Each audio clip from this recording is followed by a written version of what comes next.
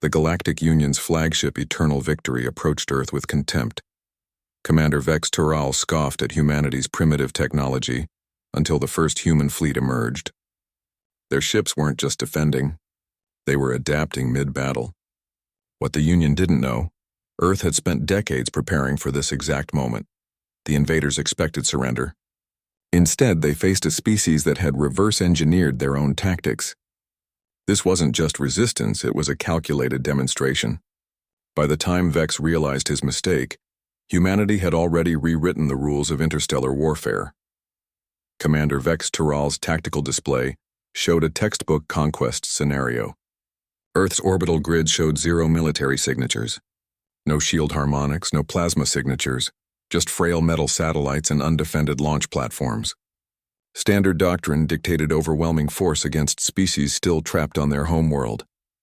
He ordered the Eternal Victory's weapons online, anticipating immediate surrender. This assumption proved the Union's first critical error. Galactic expansion protocols hadn't accounted for a civilization that weaponized patience. Human vessels emerged from the belt's clutter, not primitive rocket ships but angular warships with seamless hull transitions. Their designs weren't copied from Union databases. They were evolutionary responses to tech the humans shouldn't have understood. Plasma lances fired, automatic suppression routines engaging. Battle computers logged the anomaly before Vex could bark orders. Human shielding absorbed the initial volley, then restructured its frequency dispersion mid-burn. Shields weren't static barriers anymore. They adapted like organic tissue sealing a wound. Historical parallels went unnoticed aboard the Eternal Victory. Not one Union strategist recalled the Zalathi Uprising, where rebels turned stolen mining lasers into warship killers within months. No one mentioned the Gausha system, where a backwater species crushed 3 Union divisions using terrain they'd memorized across generations. Conquest fleets never studied their targets' historical resilience patterns. Tactical feeds worsened. Human squadrons mirrored Union flight formations initially. Then they fractured into branching attack vectors no algorithm could anticipate. Some dove straight into kill zones, only to unveil warheads built from reverse-engineered Union power cores. Others feinted retreat, flipping mid-turn to exploit gaps in point defense grids. Vex demanded fresh scans. His officers reported system noise, irregular energy spikes from Earth's surface that matched no known weapon profiles. False positives, perhaps electromagnetic storms. Later, forensics proved these were hidden fabrication arrays, dormant until activation codes transmitted. The real shock came when battle recorders isolated human comms chatter. Not panicked screams or prayers. Calm relayed technical readouts, in Union Standard dialects dating back 37 cycles. First contact protocol stipulated no prior interaction, yet human linguists spoke with the ease of veterans monitoring old foes. Survey probes revealed the depth of deception. Buried beneath Earth's major cities, hardened bunkers stocked with translated Union technical manuals, not scavenged. Archival copies stamped with original timestamps predating contact by decades. Someone had been observing, analyzing, preparing. Intercepted fleet schematics confirmed worst-case suspicions. Human engineers hadn't just copied Union drives. They'd hybridized them with local tech, creating hybrid systems neither pure Earth nor pure Union. Crossbred innovation outperformed centuries of standardized warfare doctrine, and then the escorts arrived. Fresh hulls streamed from Luna's far side, larger, meaner, their prows etched with nomenclature no translator could parse. No last-minute reinforcements. These were planned deployments held back until Union tactical responses could be cataloged. Vex finally recognized the fatal flaw in Union philosophy. Superior technology meant nothing against opponents who treated every engagement as a learning exercise. Humanity hadn't panicked at first contact. They'd begun field-testing countermeasures decades prior. By battle's 11th minute, Eternal Victory's AI flagged an unsettling pattern. Human ships weren't just countering Union tactics. They were showcasing how thoroughly those tactics had been dissected. Every maneuver felt rehearsed. Every weapon's discharge calibrated to demonstrate home field advantage. Not a battle. And audit scanners pinged again. New signatures from Jupiter's moons, Mars' canyons, even Neptune's Trojans. Hidden docks disgorging fresh fleets. Not the ragtag militia expected from pre-interstellar primates. Organized battle groups following standardized fleet protocols suspiciously resembling early Union naval doctrine. The realization struck like railgun fire. This wasn't humanity's first interstellar war. It was their final examination. After years of silent observation, they'd engineered the perfect graduation test, an invading armada to validate every stolen secret, every deciphered code.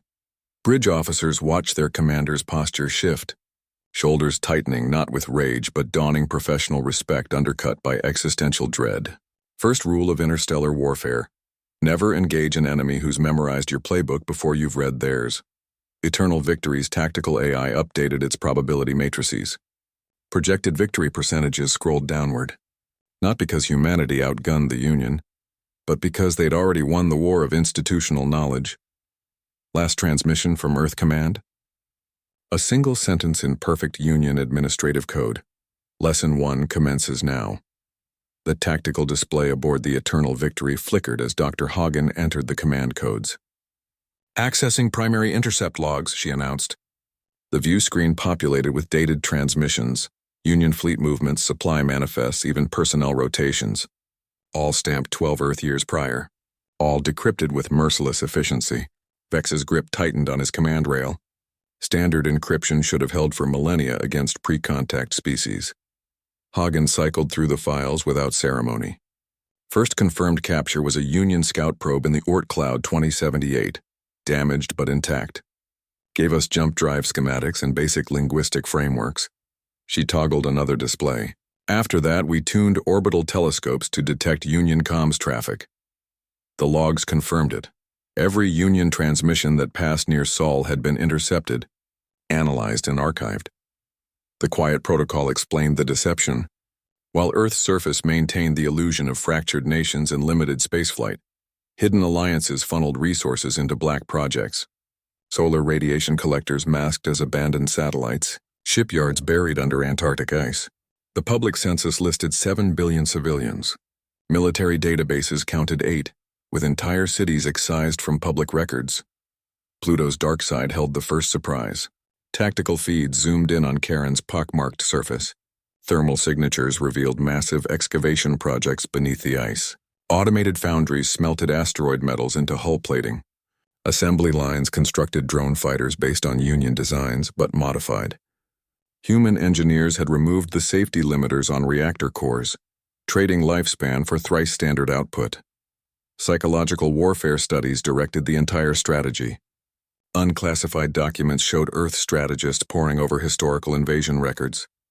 Winners in first contact scenarios overwhelmingly maintained information asymmetry. So humanity played primitive while building libraries of Union weak points. Fleet compositions revealed predictable officer rotations. Maintenance logs exposed chronic supply shortages in certain divisions. Even Union entertainment broadcasts provided behavioral templates. Their version of war dramas taught human analysts how Union commanders thought under stress. Hagen keyed up footage from the Jupiter yards. Kilometer-long frames held skeletal warships, their designs neither pure Union nor traditional human. Hybrid propulsion systems paired gravity drives with human-designed plasma injectors. Navigation arrays combined Union quantum positioning with Earth-side inertial dampers. The vessels looked wrong to Union eyes, not crude imitations but unnervingly optimized mutations. Security precautions bordered on paranoia. Shipbuilding crews lived in permanent isolation, their communications monitored by AIs trained to detect linguistic patterns, suggesting Union infiltration. Fabrication plants used custom tooling incompatible with standard Union specs. Even the waste heat from hidden bases got funneled into thermal sinks disguised as gas giant auroras. Intercepted Union reconnaissance proved the deception worked. For decades, survey drones had scanned Sol without noting discrepancies. Their reports listed Earth as a divided backwater barely reaching its own moons. The assessment wasn't incorrect, it was meticulously curated. Human counterintelligence fed scans showing exactly what Union analysts expected to see. Primitive launch facilities, fragmented militaries, zero deep space infrastructure. Contingency files numbered 37 distinct invasion scenarios, each with branching response trees. Hagen displayed Scenario 19, direct orbital assault, alongside Earth's prepared countermeasures. Hidden missile silos mapped to Union fleet approach vectors. pre-sighted kinetic batteries along the moon's limb, even civilian freighters loaded with makeshift nukes, waiting for activation codes. Most damning was the revelation index. Statistical models predicted how long Earth could maintain the deception before Union forces detected inconsistencies. The average estimate? 4 months past first contact. Eternal victory had arrived 3 days outside that window. Hagen closed the files with a quiet tap. You assumed we'd be reacting to your playbook? The Shen Shiping switched to live feeds. 3 more human fleets powering up beyond Neptune. Turns out we wrote marginal notes in yours decades ago. Vex's officers exchanged glances. Their scanners now picked up emissions from the Kuiper Belt, energy signatures matching Union auxiliary reactors, but emitting harmonic frequencies no Union engineer would approve. The quiet protocol hadn't just hidden Earth's strength. It had built something the Union's tactical manuals couldn't classify. Hagen's final display showed a single line item from an ancient planning document. Phase 3 begins when they realize Phase 1 was always visible, dated 2061, 17 years before Union probes first entered the system. Captain Karai's battle cruiser performed the first documented metamaterial shift at 1432 Terran Standard. Union gunners had it locked, weapons tracking, firing solutions calculated. Then its hull ripple fractured into composite segments mid-salvo. Projectiles designed to penetrate solid armor found only shifting metallic lattices. Targeting computers registered 5 separate signature collapses before the ship reformed elsewhere, unscathed. This wasn't advanced technology by Union standards. It was something stranger. Human vessels couldn't match Eternal Victory's raw firepower or jump precision, but their systems adapted faster than algorithmic predictions could compensate. Adaptive armor didn't just absorb hits, it analyzed impact patterns and restructured atomic bonds accordingly. Like scar tissue forming where needed except in real-time combat conditions. Vex ordered a full scan. The diagnostics returned with 7 levels of encryption warnings before spitting out an error no tactician had seen before. The Terror-Hound lunged. Genetically engineered fangs bared, then froze when the human envoy didn't flinch. Standard Union psychological warfare protocol dictated these creatures be unleashed during first negotiations. Bred across 40 generations to trigger primal fear responses, their pheromone glands secreted panic-inducing compounds, while neural implants amplified aggression circuits, supposedly unbreakable. The human reached out instead of retreating, scratched behind its ears. The beast's growl dissolved into confused whimpers. Union tactical feeds glitched from the anomaly.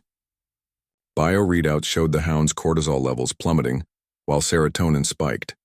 A chemical profile matching domesticated canines, not shock troops. Its implant logs revealed 12 failed attempts to reactivate attack protocols. The more the envoy petted it, the stronger the override signals became. This wasn't supposed to happen. Terror-Hounds had cracked hardened mercenary units on 7 worlds. Their training included exposure to every known species' fear triggers. Neural conditioning made them impervious to calm-inducing pheromones.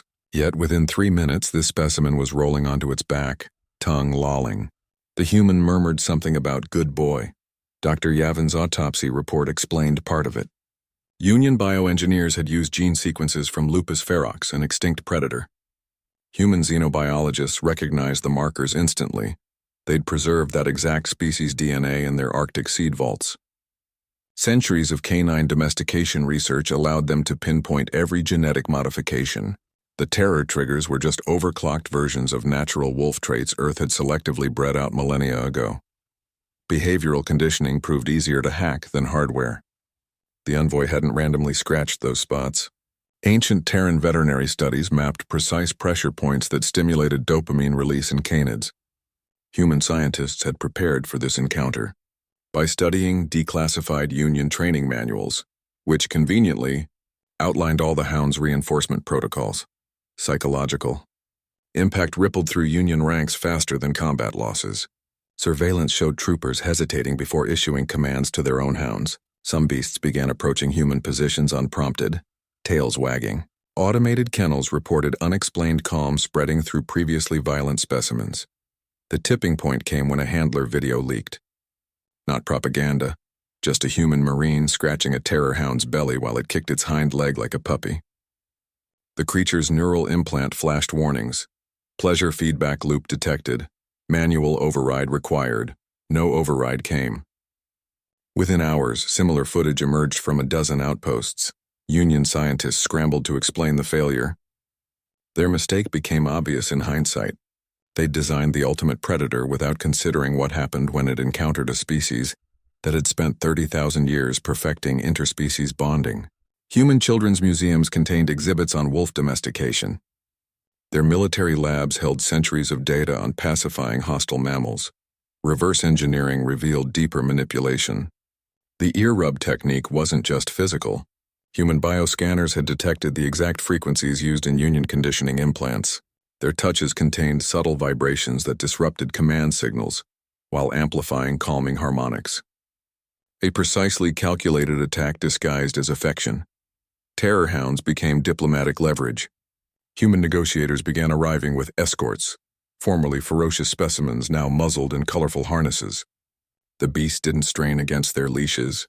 They sat politely, tails thumping whenever humans spoke. Occasionally one would perform tricks. Fetch negotiators dropped styluses, played dead on command. Final humiliation came from the breeding pits. Security feeds showed captured hounds refusing to return to Union handlers. Some dragged bedding into human quarters.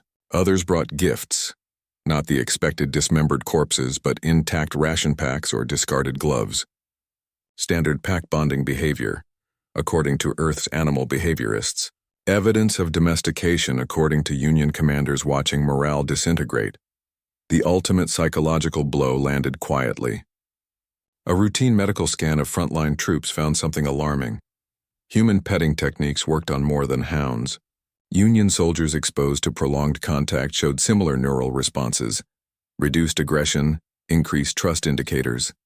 Not through pheromones or tech. Simple mammalian social wiring, honed across millennia of primate evolution. Project files later revealed the truth.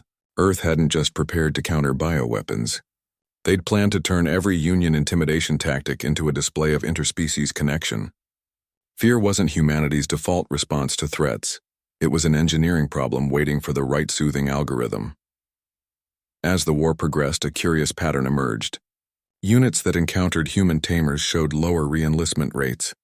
Veterans requested transfers to non-combat roles. Some defected outright, citing unprofessional working conditions. The official Union after-action report buried this data in Appendix D12. Labeled anomalous psychological attrition, the Terror-Hound became an unofficial mascot for human forces, not as a weapon, as living proof that the Union had misunderstood survival dynamics entirely. Predation wasn't the pinnacle of evolution, just a phase most species outgrew. Final surveillance images from occupied outposts told the whole story. Former shock beasts sleeping curled beside human soldiers. Patrol hounds leading mixed unit formations. One particularly damning shot showed a genetically engineered killing machine licking a Marine's face while wagging its tail, the same Marine whose helmet cam had captured its unbreakable snarl 6 months prior, somewhere in the data streams. A Union scientist finally understood what went wrong. The hounds hadn't failed their programming. They'd simply encountered a civilization where domestication wasn't just a biological process, it was a cultural superweapon. 30 millennia in development. President Jackson's peace terms appeared on every Union screen, simultaneously. No negotiation header, no diplomatic preamble. Just 3 lines in bold Union script. Equal membership status, full military integration, or guaranteed mutual destruction. Not demands, options. The simplicity unnerved high command more than any saber-rattling speech could. They recognized the formatting, standard Union ultimatum templates, repurposed verbatim. Earth's strategists had identified the Union's true weakness. Not military inferiority, but imperial overextension. Captured scout ship logs revealed chronic resource shortages across 12 frontier systems. Fleet movement patterns showed entire battle groups stuck playing whack-a-mole with separatists. Human analysts pinpointed the pressure points. Union couldn't afford prolonged wars. They needed quick victories to maintain cohesion. So humanity offered them one. The demonstration began with holograms. Not schematics or threats. Live feeds from 3 star systems the Union considered secure rear areas. Each display showed identical scenes. Asteroid bases unfolding into combat-ready shipyards. Not hidden construction either. Timestamps proved these facilities had been operational for years, situated along key Union supply routes. Their vector alignments suggested an uncomfortable truth. Everyone could strike core Union worlds within hours. Game theory models explained the approach. Human negotiators didn't bluff. They created scenarios where surrender became the rational choice. When Union delegates demanded proof the outposts weren't holographic fakery, Earth Command sent transponder codes. Active Union military frequencies, broadcasting from those exact coordinates. Not hacked signals. Original hardware captured years prior by unrecorded scout missions. Zara's defection changed the calculus. The mid-level logistics officer brought more than intel. She delivered factional conflict maps showing which warlords resented Central Command. Human diplomats used these like surgical tools. To mining consortiums, they promised priority access to hybrid drive tech. Frontier governors received guarantees of autonomous rule. Every offer came with implicit leverage. We know who to support if this empire fragments. Psychological operations escalated. Secure Union channels started receiving tailored messages, not propaganda, personalized transcripts from their own strategy sessions, agendas from meetings they'd sworn were secret. One warlord got footage of his rivals discussing his assassination over dinner. Another received proof Central Command had marked his homeworld for resource extraction. The precision suggested human intelligence networks ran deeper than anyone suspected. President Jackson's final move was textbook deterrence theory. She opened Union's own historical archives, specifically records of how they'd handled losing wars. There were patterns. Concessions started small. Trade concessions then monitored disarmament. Within decades, the defeated always became junior partners. Earth's terms merely accelerated the process. The message was clear. You've done this to others. Now experience the script from the other side. Scouts sent to verify the border outposts found something worse than weapons. Cultural contamination.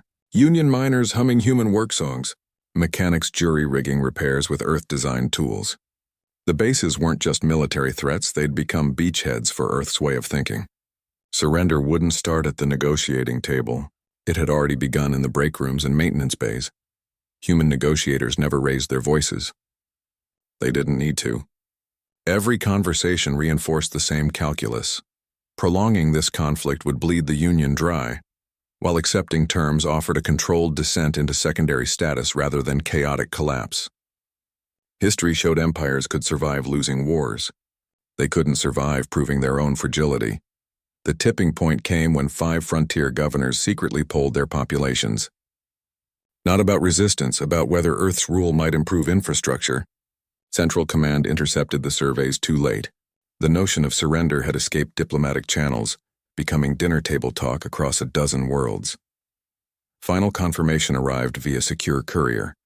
A single data strip containing Union's own economic projections. Normally these took months to compile. Human AIs had generated them in hours. Factoring in current attrition rates, the numbers didn't lie. Continuing hostilities meant economic collapse within 18 months.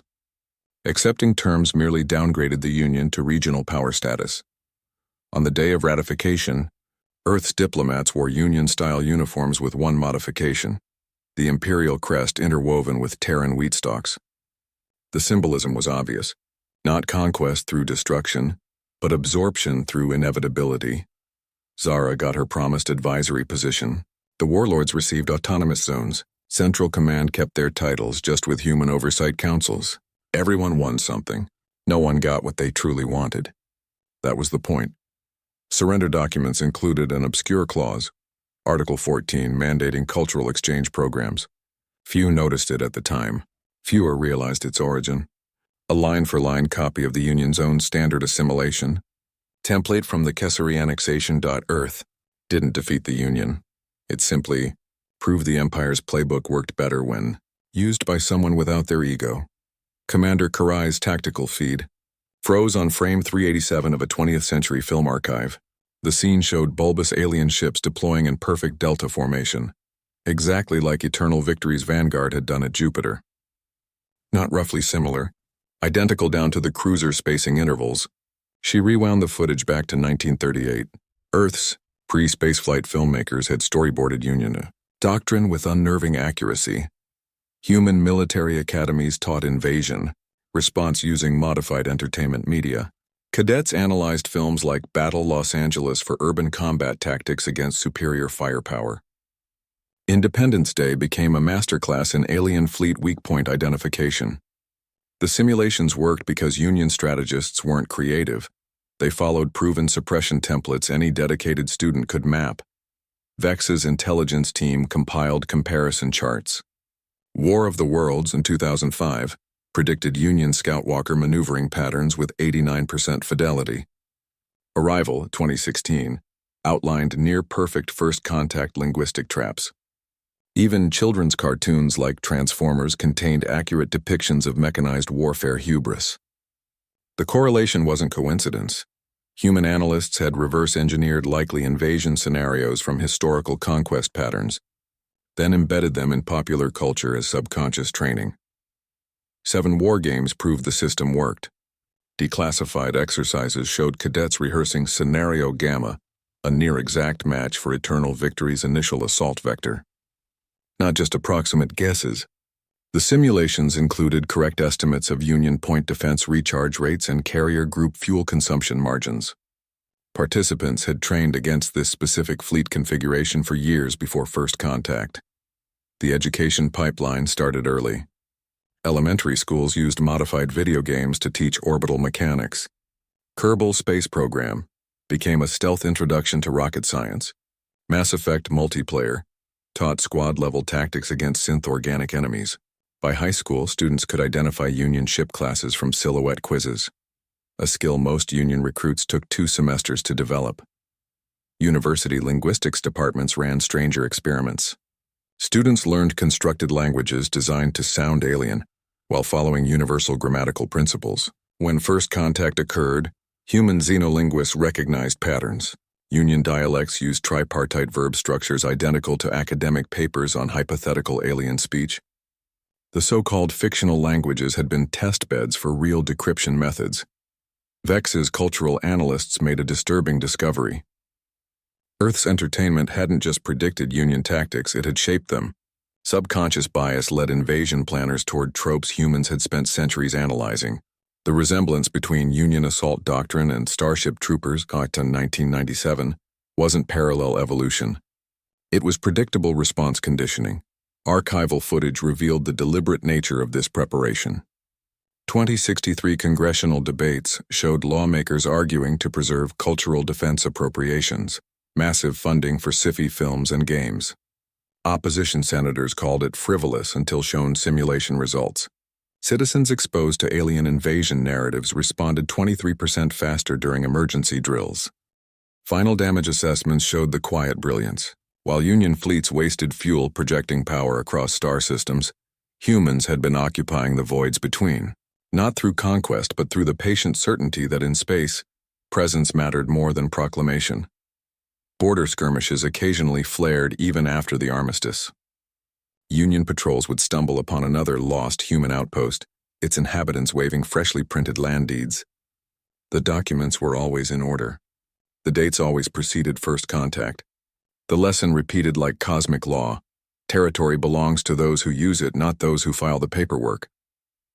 Earth's final message to High Command contained no gloating. Just coordinates for 11 more resource-rich systems, each already bearing human survey markers.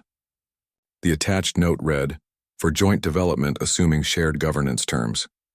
It wasn't an offer. A reminder, the game had changed while the Union wasn't watching. Now everyone played by humanity's clock. The captured Union scout ship hung in Lunar Hangar 7, its hull breach patched with temporary sealant. On the surface, it looked like standard salvage, until the diagnostics registered its systems communicating with Earth's networks. Not through forced intrusion. The ship's own AI was voluntarily transmitting access codes in human encryption protocols. 4 teams worked around the clock. Engineers mapped navigational databases down to the last star chart.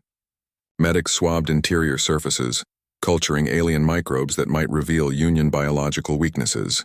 The real prize sat in the drive compartment, the jump core still humming at standby power, its containment field stress points now glowing with human calibration tags. Reverse engineering proceeded with unsettling speed. By week 3, Earth's prototype warships test-fired hybrid jump drives based on stolen schematics, with modifications the original designers hadn't considered. The Union version required precise calculations to avoid gravitational shearing. Human engineers added improvisational buffers that allowed short, unplanned hops. Not better technology, just differently prioritized. Information harvesting extended beyond hardware. Interrogation logs showed Union prisoners complaining less about confinement than about missing Earth-made rations. Their standard nutrient paste tasted metallic compared to human food synthesizers. Behavioral analysts noted the pattern.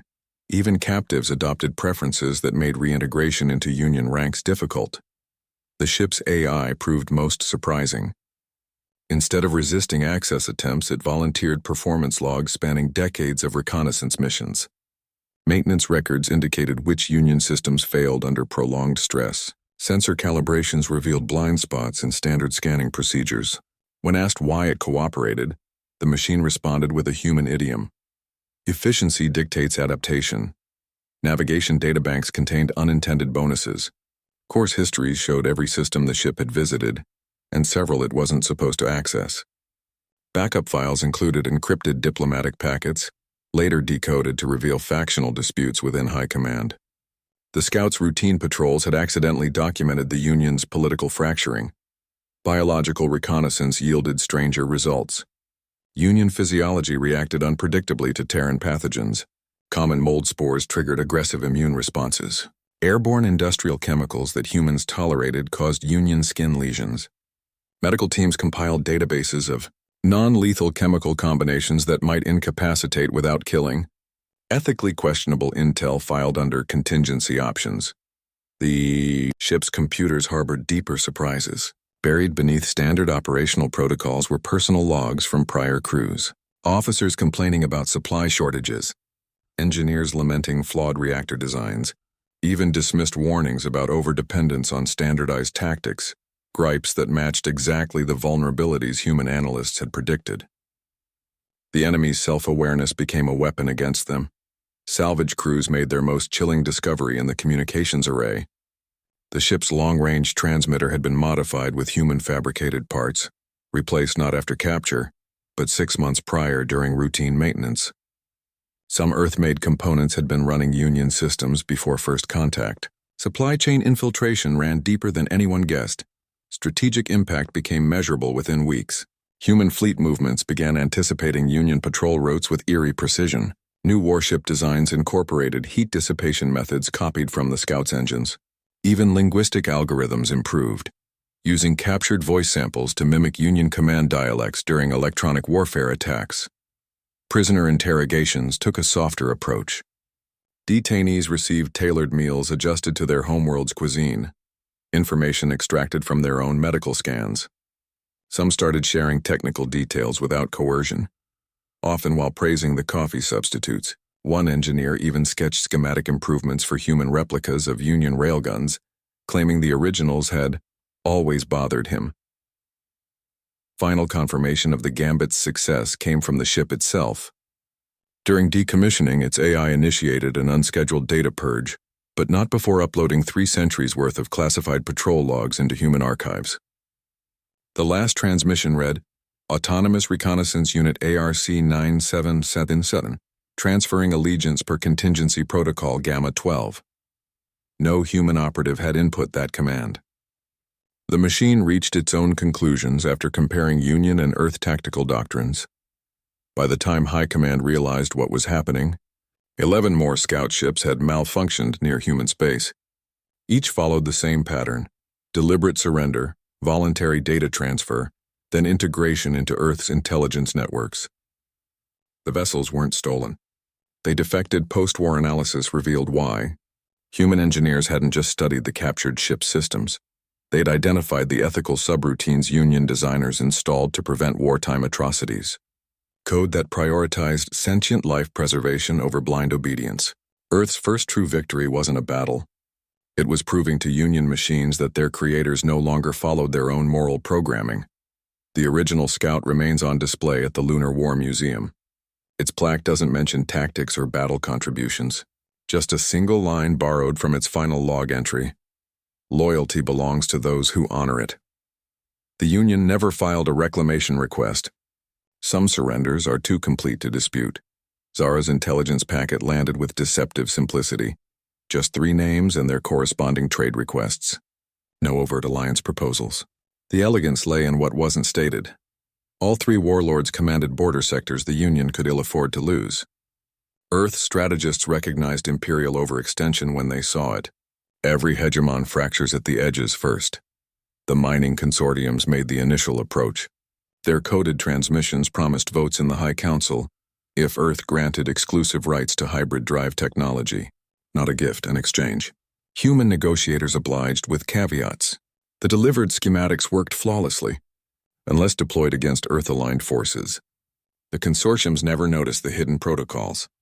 They were too busy counting profits from shortened trade routes. Senate transcripts revealed the domino effect. Frontier governors caught wind of private deals and demanded equal consideration.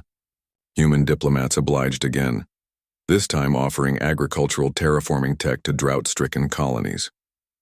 The gesture appeared benevolent until analysts realized those worlds supplied 40% of Union Marine recruits. Starvation averted today meant recruitment shortfalls tomorrow. Zara's network intercepted panicked memos about cultural contamination. Union surveillance teams reported border worlds adopting human calendars. Maintenance crews hybridized ship components with Terran alloys. Even language shifted, workers using shift instead of rotation cycle, adopting slang like patch it for repairs. The High Command's edict banning Terran media only accelerated the spread via black markets. The manufacturing bloc presented the real opportunity. Facing resource shortages, they petitioned Earth directly for fabricator blueprints. Human engineers provided next-generation models, preloaded with standardized parts measurements incompatible with Union tooling. The dependence would take years to manifest. By then, these industrial hubs would need constant human technical support just to maintain output. Diplomatic cables showed exquisite manipulation. To the shipwright guilds, Earth promised next-generation hull composites. The armor truly was revolutionary. It just happened to require rare minerals only available from human-claimed asteroids. For the merchant fleets, negotiators dangled streamlined customs protocols at Terran ports. The catch? Participation required installing human-designed trade management software. Psychological operations amplified existing fractures. Anonymous data leaks exposed which factions received preferential treatment from Central Command.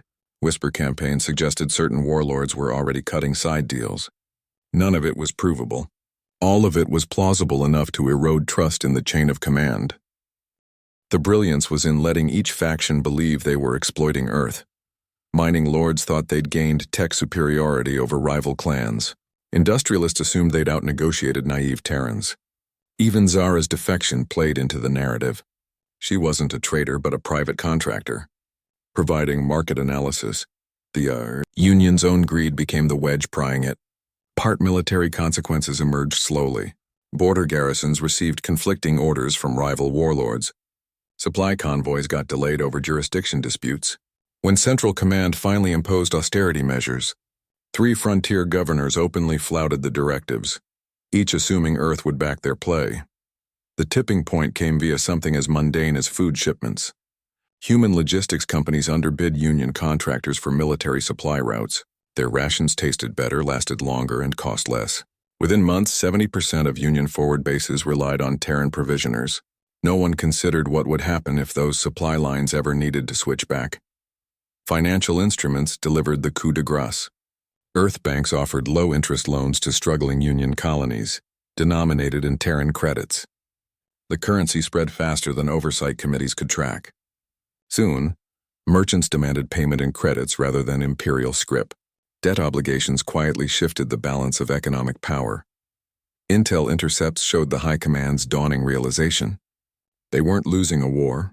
They were becoming obsolete through 1,000 voluntary adoptions. Their own officers filed reports on human tablets. Their medics used Terran-designed prosthetics. Even their starships now ran better on human-refined fuels. Final surrender negotiations revealed the depth of the maneuver. The factions arrived divided, each with separate demands. Earth's diplomats simply provided customized terms for every delegation. The mining lords kept their drives. The manufacturers retained their fabricators. Only later would they realize these technologies required ongoing cooperation to remain functional. Humanity never needed to choose which faction to back. The answer was all of them, just enough to ensure mutual dependence. Not conquest. Interdependence engineered so skillfully that rebellion became mathematically disadvantageous. Zara's final briefing contained just 2 words beside a graph of Union economic indicators. As predicted. The numbers didn't show an empire crumbling. They depicted one gradually realizing it no longer served any useful purpose its members couldn't obtain elsewhere.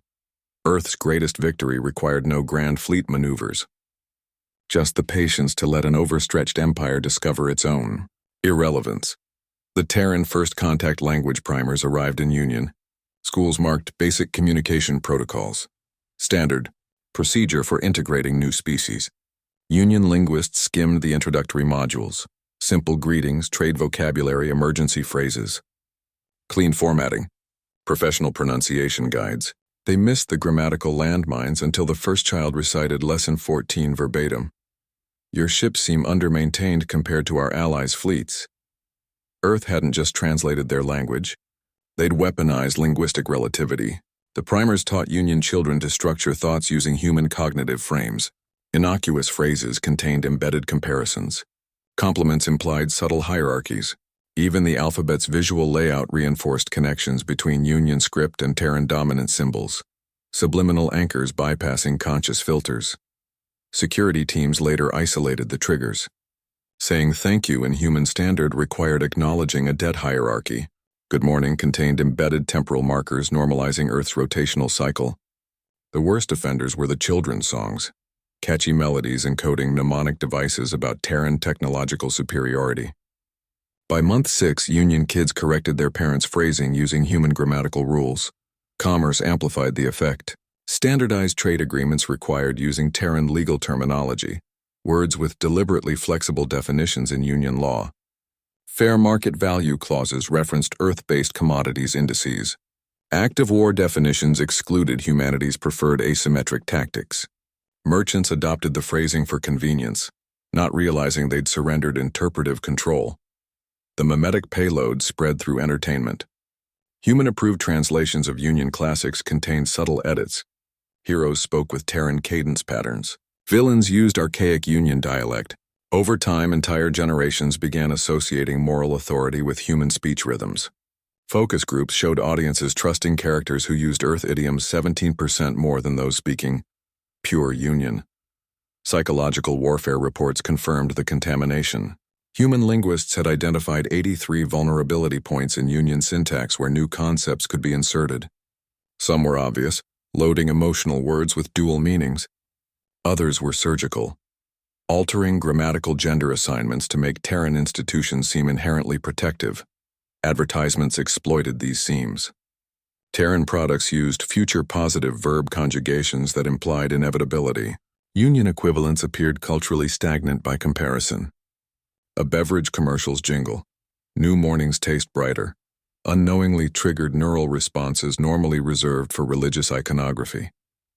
No one questioned why human goods felt more progressive. Educational exchanges accelerated the decay. Union students studying on Earth returned speaking with perfect accents and subtly altered worldviews. They described historical events using Terran-centric timelines, referenced human literary tropes when analyzing Union classics. Even their handwriting adopted the angular flourishes of Terran script. The infiltration reached neurological levels. Brain scans showed Union subjects processing human standard in language centers, normally active during mathematical reasoning, a cognitive crossover engineered through deliberate verb construction. Speaking Terran literally made their problem-solving more analytical and less intuitive about cultural threats. Military communications weren't immune. Standard operating procedure updates contained increasingly Terran terminology. Tactical retreat became rolling advance. Defensive perimeter transformed into reciprocal engagement zone. Each shift reframed actions through human strategic paradigms. Officers didn't notice their after-action reports slowly parroting Earth's operational doctrines. Ironically, the Union's own assimilation protocols enabled the reversal. Central Command demanded strict compliance with translation standards to maintain control. Human linguists simply fed them sanitized versions while circulating unverified variants through black markets. By the time regulators noticed, 3 generations had grown up with improved dictionaries that redefined key loyalties. The final blow came via bureaucracy. Official forms started requiring Terran syntax for legal validity. Marriage certificates needed human-style vows. Property deeds referenced Earth measurement standards. Eventually, even High Council resolutions adopted the phrasing, "We the people" in Terran, a constitutional phrase from a planet they'd meant to conquer. Neural studies revealed the mechanism. Human languages evolved as cognitive shaping tools. Where Union speech valued precise descriptiveness, Terran dialects prioritized conceptual flexibility. The difference seemed academic until it rewired how speakers categorized reality itself. Post-war audits showed the scale. Union children could recite Terran nursery rhymes flawlessly, but struggled with traditional folk songs. Elders instinctively converted dates to Earth's calendar during interviews. Newscasters accidentally lapsed into human standard during live broadcasts. The deepest cuts were personal. Veterans recounting war stories unknowingly used Terran frontline slang. Scientists presented breakthrough research using Earth citation formats. Even conservative politicians structured arguments around human rhetorical devices. Earth didn't ban Union language. They made it functionally obsolete through sheer cultural gravity. Why speak the tongue of a failing empire when the ascendant civilization offered better jokes, slicker business terms, and phrases your kids already used at home? Linguists later found the smoking gun, a marginal note in an early Terran translation guide. Languages aren't conquered. They're outcompeted in the marketplace of ideas. Dated before first contact. The playbook existed before the players took the field. Union revivalists still argue for linguistic purity. Their rallies feature impassioned speeches, delivered in flawless human standard. The irony escapes them. After all, how else would you get the younger generation to listen? Union intelligence reports painted a reassuring picture of Earth's industrial base. Smokestack factories, manual assembly lines, supply chains riddled with inefficiencies. The assessments weren't wrong. They just missed the orbital infrastructure humming quietly out of sight. Scout drones did eventually spot anomalies. Thermal signatures from lunar South Pole didn't match documented mining operations. Engineers dismissed them as geological activity, until magnified footage showed nanostructured alloy frameworks rising from regolith. No smokestacks. No visible construction crews. Just self-assembling lattices growing warship ribs under camouflage netting that mimicked crater shadows. Mass drivers provided the first smoking gun, standard asteroid deflection systems supposedly, until trajectory analysts noticed the random ejected rocks consistently parked themselves at Lagrange points. Later inspections revealed these weren't rocks. They unfolded into sensor platforms armed with comms jammers. The Union had been surveying Earth through human-placed blind spots for years. Production estimates became unreliable. A factory labeled textiles in surveillance reports turned out to weave graphene battle mesh between shifts making denim. Automated agroplexes dedicated 1 floor to emergency rations, and 3 hidden sublevels to biochem weapons research. Even civilian sector operations served double duty. That children's toy company pumping out plastic dinosaurs, same injection molds produced guidance system components after hours. The deception extended to workforce patterns. Union spies counted assembly line workers clocking out at sunset, missing the night crews arriving via underground maglev. These weren't additional shifts.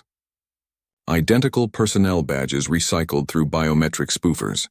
One worker might be logged in at 3 facilities simultaneously across different time zones. Employment records deliberately overstated headcounts while understating automation. Resource flows told the real story. Publicly, Earth suffered chronic titanium shortages. Internal audits showed stockpiles large enough to armor a dreadnought fleet, just labeled as anything but military stores. Medical-grade titanium for prosthetics, aerospace-grade for weather satellites, even confounding shipments where the metal got alloyed into consumer goods, recoverable via decentralized recycling networks when needed. Energy consumption provided the clearest proof. Surface power grids showed modest draw consistent with developing nations. Orbital telescopes told another story. Entire microwave transmission arrays covertly beaming juice to off-the-books facilities. Some plants drew directly from geothermal taps miles below authorized drilling depths. Others tapped experimental fusion prototypes written off as failed experiments in official reports. The breakthrough came when a scout ship accidentally imaged Mercury's dark side, expected to find solar research stations. Instead, they filmed continent-sized nanoforges chewing through regolith and excreting finished warship hulls. Atmospheric processors masked heat signatures as natural thermal vents. The scale dwarfed anything in Union territory, yet Earth's own planetary surveys listed the area as uninhabited wasteland. False front operations perfected the illusion. Rundown shipyards on Earth's coastlines leaked rust while servicing fishing fleets. Their underground counterparts housed precision magneto-hydrodynamic drivers capable of launching stealth satellites. Outer system miners complained about equipment shortages while their broken tugs secretly test-fired prototype drive systems during supply runs. Inventory management became performance art. Public manifests showed just enough obsolete warships to sell the ruse. Private logs tracked thousands more hulls scattered across hidden anchorages. Some hid inside asteroid belts painted to match surrounding debris. Others orbited stars as abandoned hulks, until activation codes transformed them into fully armed battleships. The final audit shocked even pessimists. Earth's verified warship count sat at 217 pre-contact. Actual wartime mobilization topped 1,200 combat-ready vessels, not jury-rigged defenses. Purpose-built killers assembled under Union sensors' noses. Their construction timelines proved the deception's longevity. Oldest hulls predated first radio contact with the Union by 30 years. Distribution networks revealed deeper planning. Caches lurked along every plausible invasion vector, some nestled inside cometary ice clouds. Others piggybacked on legitimate trade routes disguised as bulk freighters. A few even hid in plain sight at Union-regulated ports, their operators patiently waiting decades for go codes under deep cover. Industrial camouflage extended beyond hardware. Technical manuals contained deliberate errors. Union spies stole convincingly flawed blueprints. Even publicly traded corporations filed misleading financials to sell the shortage narrative. The act held so long that human engineers developed backup plans for maintaining it after first contact, like emergency demolitions of key facilities to prove limited capacity. Post-war inspections uncovered the masterstroke. Earth hadn't just hidden production. They'd manipulated Union assessment criteria itself. Algorithms trained to spot telltale signs of militarization, like neutron emissions from enriched uranium, were fed false positives from carefully placed decoys. The invaders literally could not see what didn't fit their predefined threat models. Legacy systems still cause headaches during border inspections. That derelict ore processor drifting near Tau Ceti, probably a monitor station in deep sleep. The asteroid that just parked itself at your fleet anchorage. Might want to scan for nanobot clusters before assuming it's natural. Earth's manufacturing deception endures as the ultimate lesson in industrial warfare, not by preventing the enemy from seeing your strength, by convincing them their surveillance works perfectly. The dreadnought appeared at L5 without the customary jump flash. One moment empty space, the next. A silhouette mirroring Eternal Victory's proud profile, just 12% leaner at the midsection. At 3.8 kilometers, it matched the Union flagship's mass exactly. That precision told Vex everything. This wasn't imitation. It was specification-grade duplication with deliberate improvements. Scans confirmed the insult. The human vessel's armor composites bore identical molecular signatures to Eternal Victory's hull plating, yet stress simulations showed 23% greater tolerance before fracture, not copied, refined. The weapons matched bore for bore, but with capacitors eliminating Union Design's recharge bottleneck. Even the bridge layout duplicated Vex's command center, except the human version had ergonomic refinements reducing console reach times. Point defense systems made their statement first. When Eternal Victory's gunners test-locked targeting, standard negotiation posturing, the Dreadnought's interception lasers fired, not at incoming ordnance, at launch ports. Union missiles detonated inside their tubes, their ignition sequences hacked via vulnerabilities human engineers had cataloged years prior. The message was clear: your weapons only fire when we allow it. The symbolic power play became undeniable when Earth demanded treaty signing aboard the new vessel. Naming it Unity added layered humiliation. Every rivet mocked Union claims of technological supremacy. The conference hall sat where Vex's own operations center should be, except with improved acoustics and better climate control. Human diplomats served refreshments using Union-style serviceware recalled for ergonomic flaws 3 cycles earlier. Engineering inspections revealed deeper subversion. The Dreadnought ran hybrid drive cores Union R&D had deemed theoretical. Its damage control systems incorporated biomechanical concepts from Terran marine organisms. Even the corridor layouts fixed subtle flow issues no Union architect had noticed, until walking this ship made their own designs feel awkwardly proportioned. Armor schematics showed the final twist. Humans hadn't just matched Eternal Victory's protection. They'd eliminated the original's weak points. Where Union engineers accepted certain structural compromises as inevitable, their Terran counterparts had devised alternative load-bearing solutions. The improvements weren't groundbreaking, just attentive, the kind any competent Union designer could have implemented, had institutional inertia not discouraged questioning standards. Weapons testing proved similarly chastening. At the demonstration ceremony, because of course humanity insisted on demonstrating, Unity's main batteries fired 11% faster than spec with 9% tighter dispersion. Not through exotic tech. Superior harmonics damping in the magnetic rails, the kind of marginal gain that wins fleet gunnery trophies, achieved by solving a vibration issue Union manuals called acceptable operational tolerance. Negotiations proceeded under this engineered specter. Every time Union delegates referenced some technical advantage, Earth officials politely invited inspection of the relevant Unity systems. The vessel became a 3.8-kilometer rebuttal to Imperial superiority myths. Its existence answered every "but our technology" protest before spoken. Post-treaty analysis uncovered the Dreadnought's true genius. Unity wasn't prototype or vanity project. Its construction codes matched those of 73 sister ships registered as deep space resource haulers in civilian databases. Frame scans confirmed identical superstructures. The diplomatic showpiece doubled as mass production proof. Engineers found the smoking gun in thermal regulation. Union ships required bulky coolant infrastructure for their drives. Unity's system achieved better performance via fractal-patterned vanes inspired by Terran leaf structures. The patent application predated first contact by 14 years. Humanity hadn't copied alien tech. They'd evolved past needing to. Vex's final log entry captured the moment. "They built our perfect flagship," he dictated, then improved it just enough to remind us we hadn't. No anger. Professional respect tinted with rueful amusement. The finest warship in Union history now served as humanity's guest reception hall. Former Terror-Hound breeding facilities provided ironic symbolism. Their declassified files showed human operatives had controlled entire generations through selective pheromone releases, conditioning the beasts to respond to ear rubs years before first contact. The ultimate meta-deception, letting the Union believe they'd fielded an unstoppable bioweapon. Financial markets reacted faster than militaries. Terran credit became the de facto standard across 8 systems within hours. Not through coercion. Simple recognition that Earth's hidden infrastructure made their economy fundamentally more stable. Union merchants didn't need orders to switch currencies. Their algorithms auto-adjusted based on projected GDP revisions.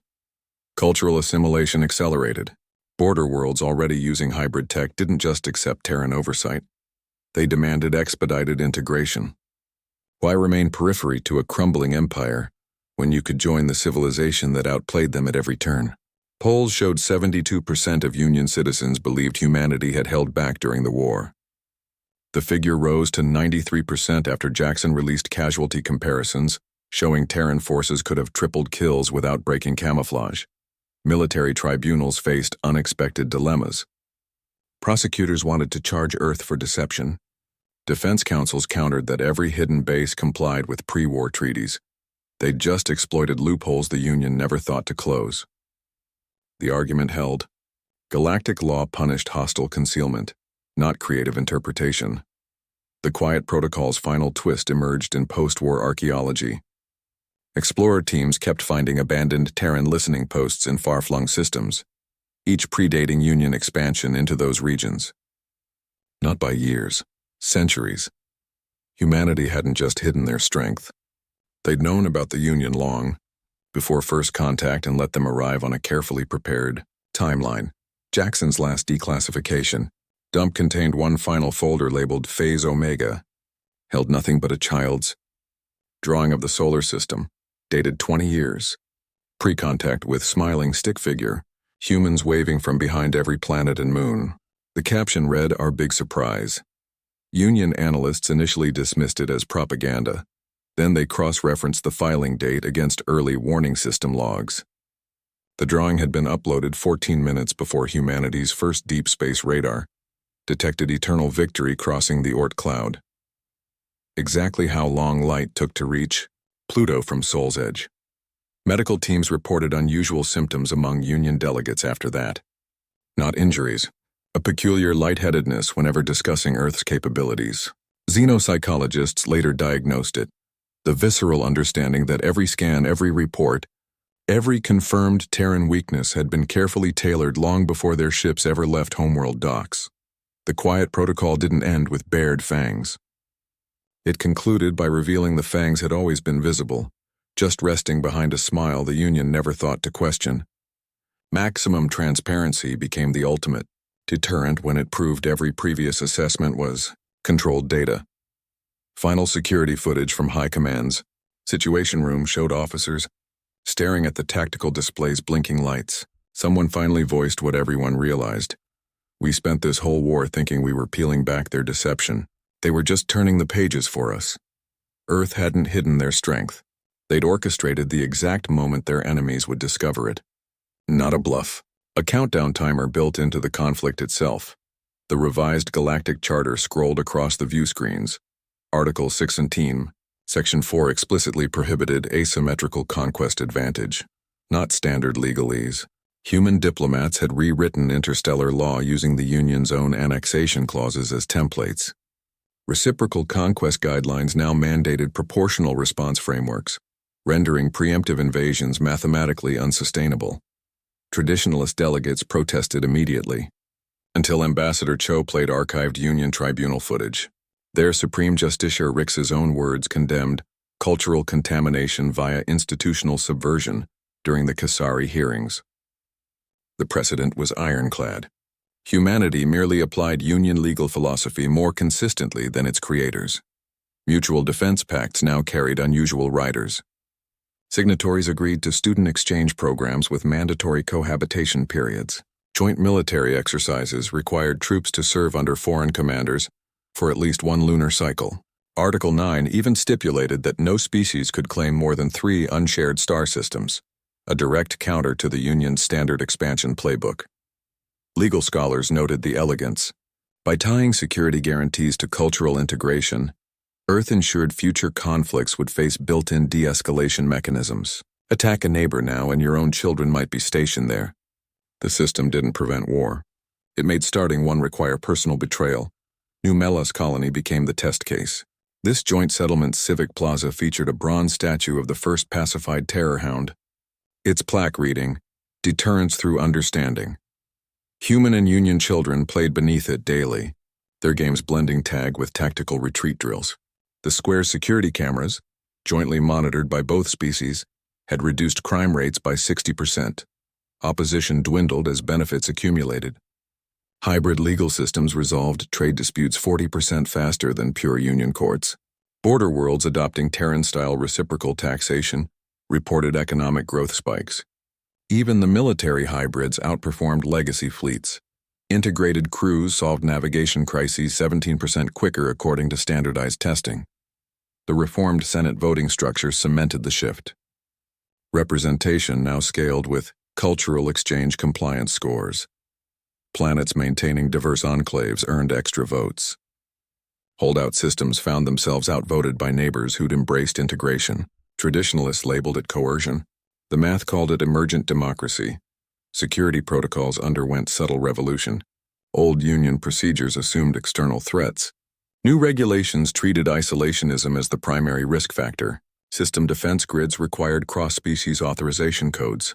Armories kept 30% of weapons keyed to allied biometrics. The message was clear. Your safety now depends on those you might have once considered enemies.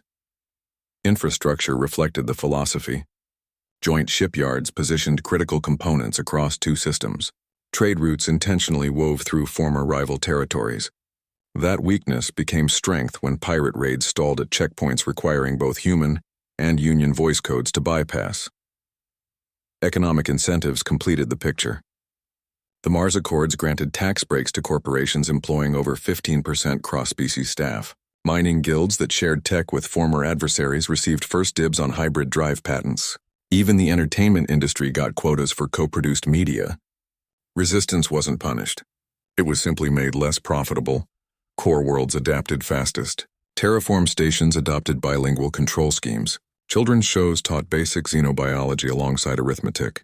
Restaurants served fusion cuisine where traditional Union nutrient paste came garnished with Terran spices. The changes felt organic because they were natural consequences of systems encouraging contact over containment. Hardliner holdouts discovered an uncomfortable truth. Their isolation made them vulnerable. When the Rashani plague hit, systems complying with exchange mandates received human-engineered vaccines first. Purely Union worlds waited 3 extra months. The triage wasn't malice. Logistics networks favored integrated nodes. First-generation hybrid citizens began rising through ranks. Commander Telix, raised jointly by Union garrison officers and Terran educators, famously diffused the series standoff by ordering both sides to stand down, then sharing childhood photos of his two fathers shaking hands at graduation.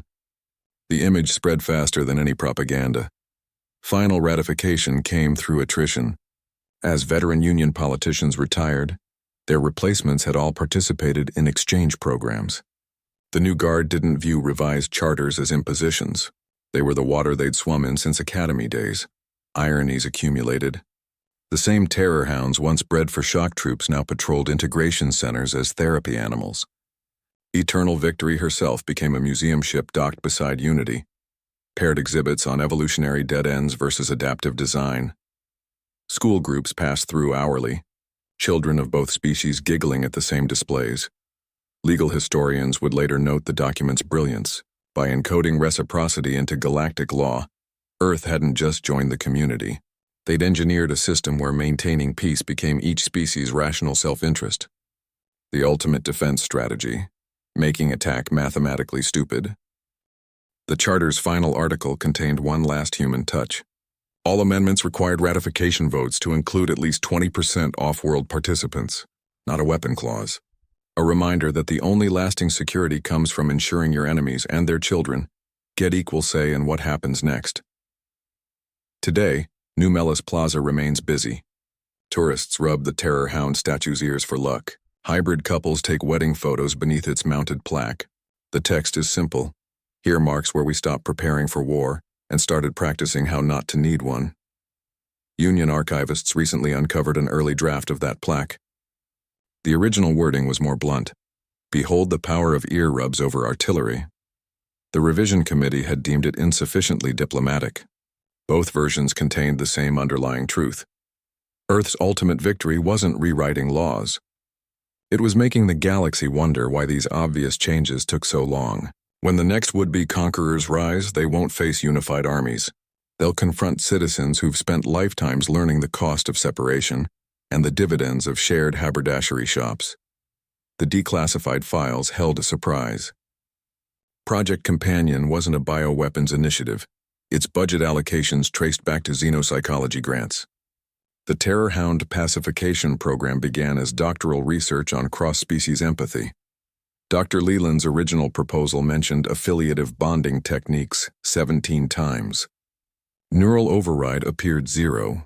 Early experiments focused on canine domestication parallels. The professor's team had mapped 2 and 14 genetic markers linking Terror-Hounds to extinct Terran lupines.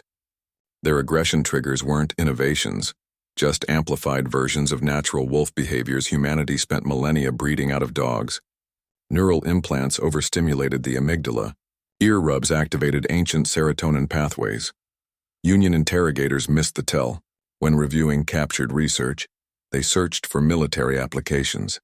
The files discussed affection protocols, not how to weaponize it, how to measure bonding hormone spikes in handlers. Budget requests emphasized longitudinal studies over tactical deployment. Vet hospital footage made the disconnect clear. Former Terror-Hounds now assisted surgeons, their implant readouts showing calm baseline rhythms. One case featured KX9, the same specimen that licked Rivas, retrieving medication for a Union amputee. The veteran hadn't ordered the behavior. The hound initiated contact after detecting elevated cortisol levels. Galactic zoos showcase the program's breadth. Special enclosures let visitors interact with previously aggressive species. A Crothian dire bear, considered unapproachable by Union standards, rolled onto its back for children's scratches. Captions explained the technique. 3-second shoulder taps followed by slow ear strokes, replicating maternal grooming patterns identified in fossil records. The professor's private notes revealed the endgame. He hadn't sought to control the hounds. His last entry before termination read, "If we can trigger their pack-bonding instincts, we prove the brutality's nurture, not nature." High Command buried that page under 70 layers of encryption. Industrial applications followed the breakthrough. Mining consortiums adopted companion Gregorian tunnel weasels, formerly rated too vicious for close work, after handlers learned chin scritches reduced bite incidents by 83%. The training manuals were just illustrated children's books from Earth's pet obedience courses, with species names swapped. Military consequences unfolded quietly. Union kennel masters requested transfers to vet corps. Breeding facility workers smuggled puppies into adoption programs. No formal orders banned Terror-Hound deployment. The troops simply stopped requesting them, citing reduced combat efficiency in after-action reports. Translation: the beasts kept bringing wounded enemies to medics. Scientific journals published the uncomfortable truth. Neural scans proved Terror-Hounds retained full aggression capacity. They chose not to use it. The same chemical cascades that once amplified violence now reinforced restraint when given alternative bonding stimuli.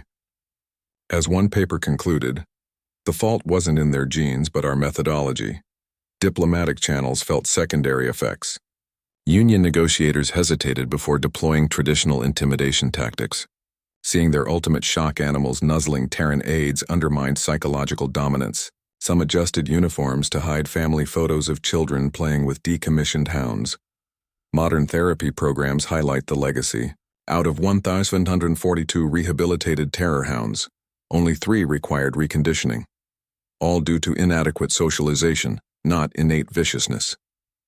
The rest work as PTSD service animals across 37 worlds. Their success rate with Union veterans exceeds pharmaceutical interventions by 19 percentage points. The professor's original lab survives as a museum. Interactive displays let visitors tame holographic monsters using his techniques. Union cadets on exchange programs often linger at these exhibits. Instructors report improved scores in xenorelations afterward, not from formal lessons, but the subconscious takeaway. What your civilization called monsters just needed someone who understood their language. Final vindication came from the hounds themselves. DNA studies showed modern specimens exhibit natural serotonin production increases compared to pre-war samples. Not engineered, evolved. Selective pressures now favor traits the Union spent centuries suppressing. At the old breeding facilities, caretakers report an odd phenomenon. Newborn pups whine until workers administer the Terran greeting ritual, 2 ear rubs and a forehead kiss. Standard procedure since the war's end. No neural implants involved. Just memories etched so deep they skip generations. Dr. Leland's statue stands in the university quad. The plaque doesn't mention pacification or warfare. It quotes his final interview. "Domestication isn't control. It's the mutual agreement to be gentler than our genetics suggest." Archaeologists recently unearthed cave paintings on his homeworld. 30,000-year-old depictions show humans scratching the ears of wolf-like creatures. The images match contemporary petroglyphs from 14 other species' home planets. Perhaps the professor didn't discover anything new, just remembered what his ancestors and everyone else's had forgotten. Today's zoos feature cross-species petting areas. Union younglings giggle while Terran toddlers rub Zorthian spike lizard belly plates with zero protective gear. Safety precautions consist of one rule: let the animal approach first. Incident rates sit at 0.3%. The companion program's real lesson wasn't about taming monsters. It proved nothing is monstrous to something that understands it. Ear rubs just provided the Rosetta Stone. At last census, 42 former Terror-Hounds serve as therapy animals in High Command's retirement homes. Their favorite patients? The breeders who once designed them as weapons. The hounds don't hold grudges. They just nudge trembling hands toward that spot behind the ears until the nightmares stop. Military historians still debate whether this counts as surrender. The hounds don't care. They've got better things to do, like stealing socks from laundry baskets or sneaking onto beds during thunderstorms. Exactly what dogs did 10,000 years ago. Exactly what the professor predicted they would. The bridge recording started automatically per standard protocol. Commander Vex Tural's hands hovered over the erase controls, then dropped away. His final log entry took 17 seconds to dictate. They knew us better than we knew ourselves. Study them, not their weapons. How they think. The playback quality surprised audiologists later. No tremors marred his speech. Just clinical assessment delivered like a tactical weather report. High Command debated destroying the recording for exactly 47 minutes. By then, cadets at frontier academies already had copies, not leaked, freely distributed by the Eternal Victory's own comms officers, flagged as historical documentation. The MOE file spread faster than any contagion, partly because human relay stations boosted the signal for archival purposes. Vex's grandson became the first Union legacy admission to Earth's War College. Application records show no special treatment. His test scores exceeded entrance requirements by 12 percentile points. Campus footage captured his first encounter with a Terran Terror-Hound therapy animal, the beast licking his face before he could tense up. Genetic memory works both ways. Tactical curricula shifted within months. Where Union doctrine once drilled standardization, classrooms now emphasized adaptive case studies.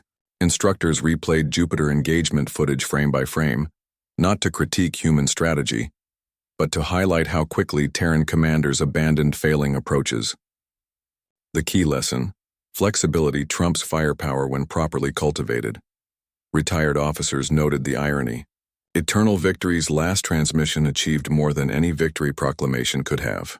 It legitimized studying human methods through official channels. Suddenly, every institutional weakness identified during the war became a required improvement module.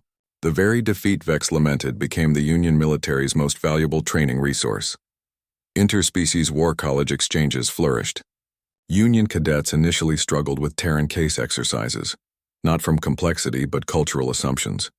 Human simulations often lacked clear enemies, framing conflicts as systemic failures to communicate. After initial resistance, graduation rates equalized. By the third cohort, mixed strategy teams outperformed mono-species groups by 19%. Vex's private quarters yielded post-war surprises. His personal terminal contained 47 drafts of a manuscript titled Reflections on Defeat. Most chapters focused not on battles but bureaucratic inertia. One highlighted section criticized Union training for rewarding obedience over creativity, an observation suspiciously similar to human instructor critiques. The commander's family donated his medals to the Interstellar Reconciliation Museum. Curators placed them beside a Terran cadet's ear rub demonstration kit.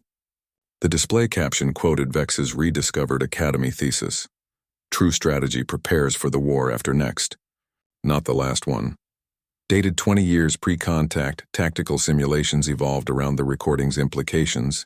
Newcrest Academy's infamous Castle Run exercise forces cadets to command both Union and Terran forces simultaneously. The objective isn't victory, it's recognizing when opposing strategies share underlying logic. 73% of participants report paradigm shifts after realizing human innovations often repurpose existing Union tactics more efficiently. Whisper networks among veterans accelerated the change. Battlefield anecdotes about Terran adaptability circulated over comms channels the High Command couldn't monitor. Stories of human medics treating Union wounded gained traction.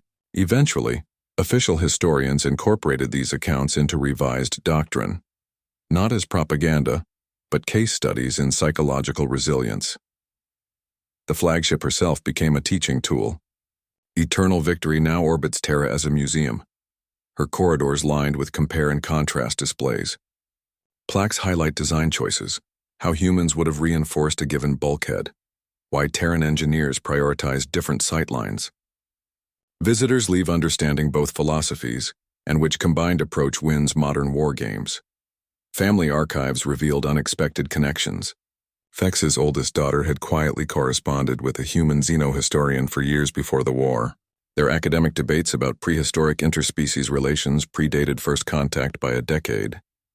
The letters stopped abruptly when hostilities began, then resumed post-treaty without acknowledgement of the interruption. Neural analysis of the recording settled debates about its authenticity. Voice stress patterns matched Vex's known speech profiles. More tellingly, micro-hesitations before the word study indicated careful word choice, not rote recitation. The commander knew precisely what legacy he was leaving. Modern fleet exercises still invoke the transmission.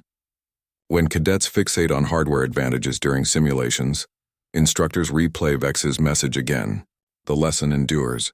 Technology matters less than understanding the minds employing it. Eternal Victory's final patrol route became standard first contact protocol for exploratory fleets. Not aggressive posturing, slow, deliberate approach vectors allowing observation of local traffic patterns. Curious parallel. The trajectory exactly matches pre-war Terran survey probe insertion angles. The flagship's name still graces Union vessel registries. Current commanders insist it honors tradition rather than defeat. Though lately, more applications come with handwritten addenda quoting Vex's transmission verbatim. His personal effects included one unlogged item, a Terran-made dog treat found in his quarters post-retirement. No Terror-Hound had ever boarded Eternal Victory under official records. The label's expiration date placed the purchase 3 weeks before Vex started composing. Reflections on defeat. War College intake forms now include an optional question. Define victory in 50 words or fewer.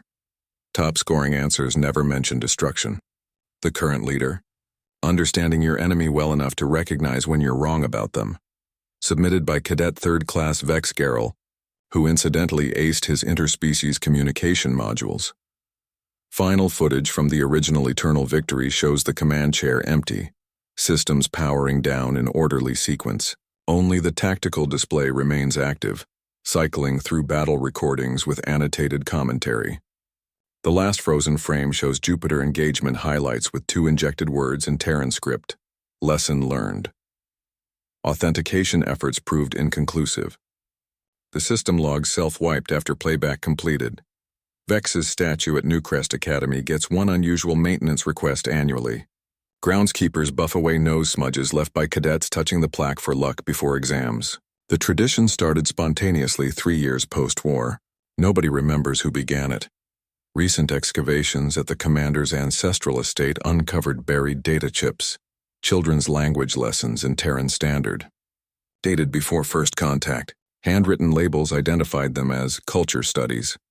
The estate's current occupant, a great-granddaughter, teaches xenolinguistics at the same university where Vex's human correspondent once worked. Instructor evaluations at War College show consistent patterns. Candidates quoting the final transmission verbatim score higher in adaptability metrics. Those fixating on its perceived melancholy underperform in crisis simulations. The correlation isn't causative. Just revealing Eternal Victory's name finally serves its original purpose. Not as a boast, but an aspiration. Not because the Union won. Because they learned. The bronze monument stood 12 meters tall at the center of Unity Plaza. A Terror-Hound frozen mid-lick against a human hand. Traditionalist Union sculptors protested immediately. This wasn't military memorial decorum. Until cultural attachés noted the plaque's inscription, "Peace comes faster when the enemy becomes a friend." Attendance tripled overnight. Initial controversy focused on artistic license. The Hound's features were softened. Its genetically engineered fangs barely visible. Union veterans recognized KX-9's distinct scar patterns. Scholars noted the human hand modeled after technician Rivas, calloused but gentle. Every detail conveyed domestication without erasing origins. Galactic tourism metrics told the real story. Visitor numbers to Terran museums outpaced military heritage sites 3-1. The monument became a pilgrimage spot, especially for mixed-species couples.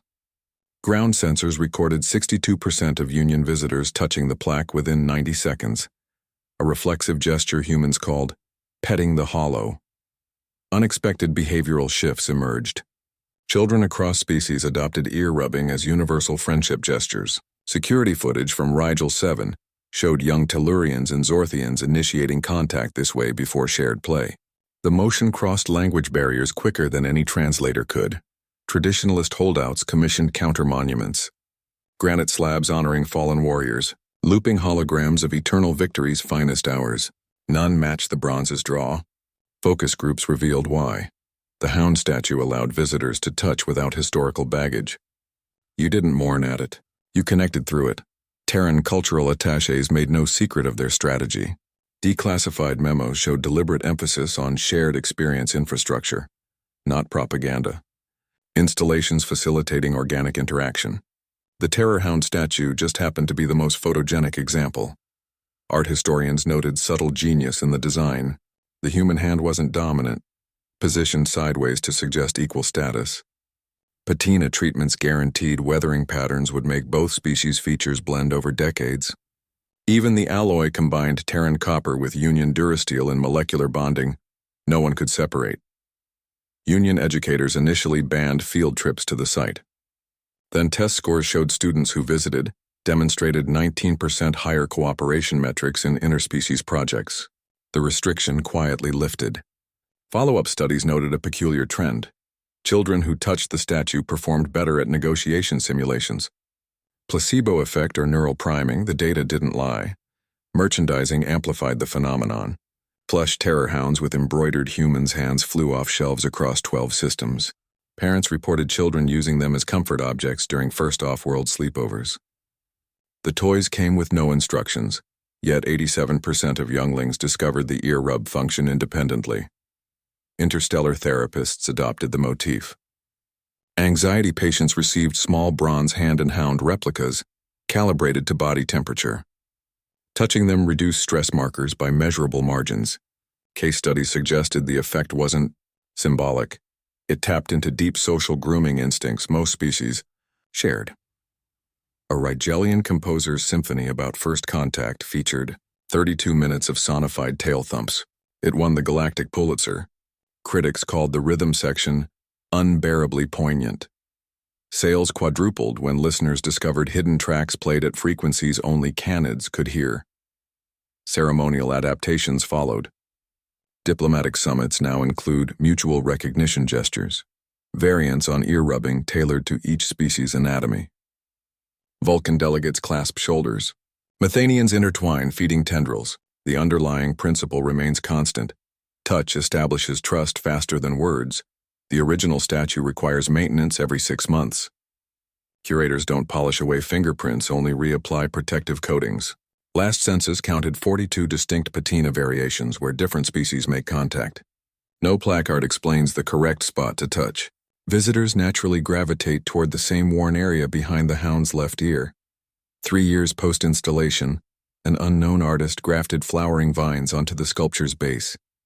Instead of removing them, the Preservation Committee installed nutrient drips. Now galactic honeysuckle blooms seasonally, its scent triggering oxytocin release in 78% of known species.